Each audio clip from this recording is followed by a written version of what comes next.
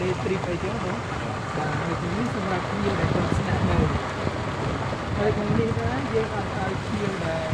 គាត់ជាក្មេងខែទេហើយយើងត្រូវយើងរៀនជីមរៀនម៉ាសាហើយតែនេះស្ទីមសូណាអីយើងរៀនតែដីនឹងបានហិកតាតែ 150 hecta បង អូធំណាស់ហើយកម្មសិទ្ធិបានណាគេបើអង្គការតកែហ្នឹងមែន ជាជនជាតិស្វីស អញ្ចឹង បាទ founder ជាជនជាតិស្វីសហើយ co-founder ជនជាតិខ្មែរ អញ្ចឹងអញ្ចឹងស្វីសហ្នឹងគាត់ជួយទិញដីទិញអីហ្នឹងហ៎ បាទគាត់ជួយនិយាយទៅគាត់ជួយទាំងអស់ជួយតែចំណាយជួយអីទាំងអស់ធ្វើអង្គការកុមារតកែហ្នឹងហ៎ បាទ ស្វីសហ្នឹងហ៎ចាអង្គការកុមារតកែហ្នឹងធ្វើអីខ្លះហើយ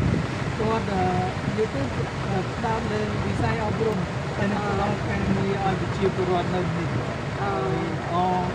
តែ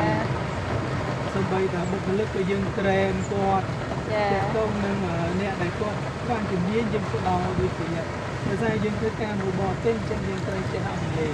ចាអញ្ចឹងគេត្រេនអ្នកដែលអត់ចេះអង់គ្លេសខ្មែរតិច ហើយកុមារតកែហ្នឹងគេឲ្យរៀននៅហ្នឹងរៀននៅក្នុងហ្នឹងឬក៏រៀននៅសាលារដ្ឋរៀននៅក្នុងហ្នឹងយើងមានសាលានៅក្នុងសាលាហ្នឹងគេរៀនធម្មតាឬក៏សាលាជំនាញអី